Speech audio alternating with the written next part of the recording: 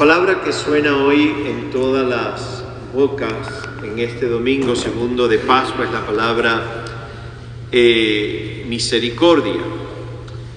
Ahora, si pudiésemos volver a leer el Evangelio, la primera lectura y la segunda, entre esos tres textos, dejando aparte ya el Salmo, la palabra misericordia aparece solamente una sola vez.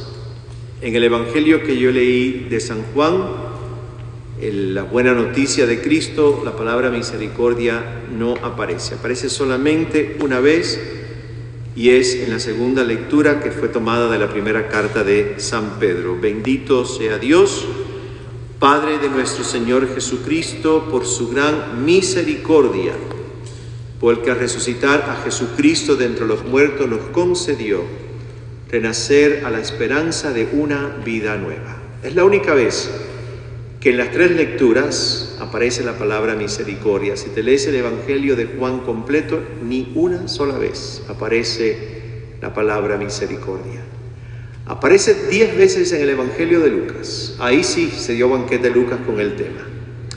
Y aparece en Dios mismo, aparece en Jesucristo, el Hijo de Dios, aparece en la parábola del buen samaritano, aparece en la parábola del hijo pródigo. 10 veces misericordia en Lucas y ni una solamente en el Evangelio de Juan, que es el Evangelio que se proclama el segundo domingo de Pascua.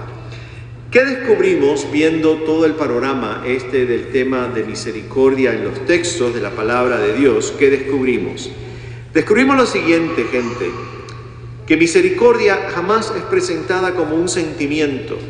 La misericordia siempre en los 4 evangelios, aunque no sea nombrada como en el de Juan, la misericordia es siempre una acción.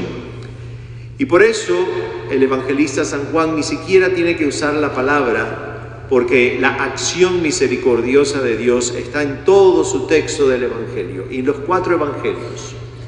Misericordia, recuérdense esto en esta noche, es como algo que lo voy a estar martillando, no es una emoción, no es un sentimiento. La misericordia de Dios es siempre una acción concreta y definida. En el Evangelio de Lucas, el samaritano encarna la misericordia. Toma tiempo, toma dinero, se involucra personalmente en atender a aquel hombre que se encontró ya medio muerto en el camino de Jerusalén a Jericó, hace misericordia. El padre, en la parábola famosa del hijo pródigo, abraza al hijo, le da un tremendo banquetazo, hace misericordia.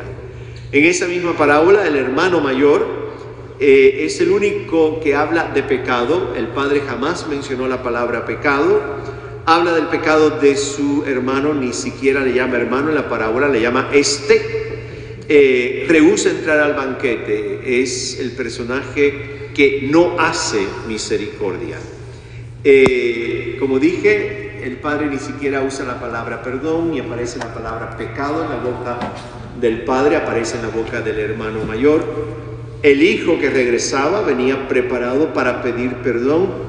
El padre no se lo permite, el padre interrumpe cuando comienza su discurso de arrepentimiento y, como dije, lo que hace es celebrar una fiesta enorme. Lo perfuman, lo bañan, sandalias nuevas, túnica nueva, un anillo nuevo y matan el becerro gordo. El padre hace misericordia por aquel muchacho que regresa a casa. Por lo tanto, la misericordia, dice la hermana Mary McLone, es una respuesta concreta y generosa ante la necesidad y el sufrimiento de la persona que tenemos de nosotros. Una respuesta concreta, no son buenos sentimientos, no son buenas ideas, no son buenas palabras, es algo concreto y generoso. El padre botó la casa por la ventana, fiesta, banquetes, sandalias, perfumes, anillos. El buen samaritano invirtió dinero, le dijo que cuando regresaba, si se había gastado el dinero, le daba más dinero, pasó tiempo, se involucró, fue generoso. La misericordia es concreta y es generosa. ¿Cómo es entonces que en el texto de esta noche del Evangelio de Juan encontramos al resucitado haciendo misericordia. Juan siempre es muy cuidadoso en los detalles, y sus detalles tienen un sentido espiritual muy profundo. Uno de los detalles que él presenta en el texto de hoy es que las ventanas, las puertas, el sitio donde estaban aquellos hombres y mujeres aterrorizados estaban cerradas. Jesús, Cristo resucitado, ha triunfado, ha salido de la tumba, pero ahora los que están sepultados son todas estas personas. Están como en una tumba, hasta el espacio físico parece una tumba, todo está sellado, están atrapados en el miedo, están atrapados en la culpa, están incrédulos, están adoloridos. Y el texto dice que el resucitado aparece en medio de ellos. Y a mí esa frase siempre me ha fascinado porque no entra de afuera, de en medio de ellos surge la presencia de Cristo resucitado. La única diferencia es que ahora se hace visible esa presencia, pero siempre estuvo allí presente. El resucitado no viene de afuera, el resucitado estaba ya entre ellos. Pero no habían tenido esa experiencia, no había surgido como un manantial de medio de ellos la presencia del resucitado. Y Jesús hace misericordia de dos formas muy concretas en el texto de hoy.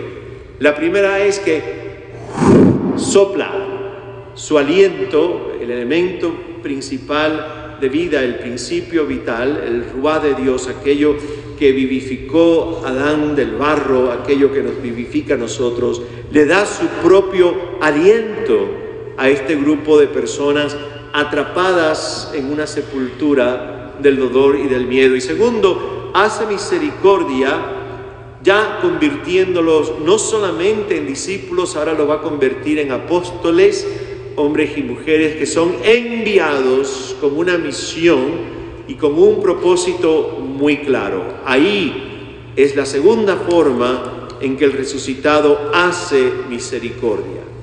Hace misericordia sacándolos de la muerte, de la tumba que los encerraba, de la parálisis en que se encontraban. El resucitado hace misericordia enviándolos a la misión más hermosa y más bella que tú y yo podemos tener, y es proclamar el perdón de Dios y perdonar como Dios perdona. Ustedes dirán, el único que perdona los pecados es el cura. Cuidado.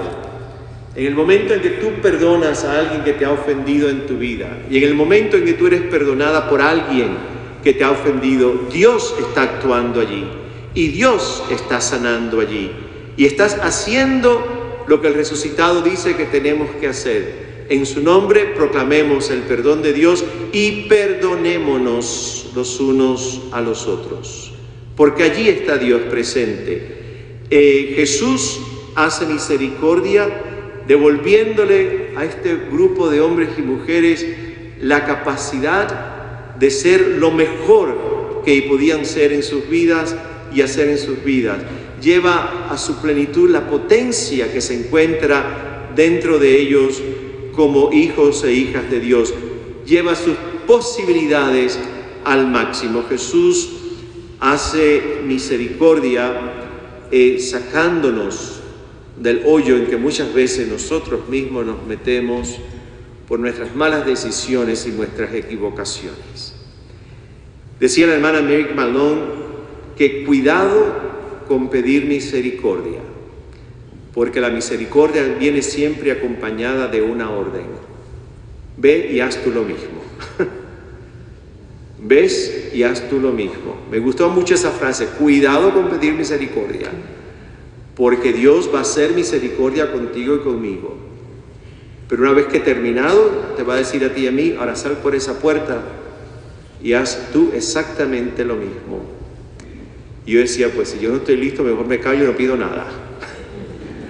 Porque hacer lo que Dios hace conmigo, yo hacerlo con los demás, créanme que eso es un reto, lo sabemos todos nosotros. Y me gustó esa frase, cuidado con pedir misericordia, porque vendrá acompañada de una orden. Haz tú exactamente lo mismo con los demás.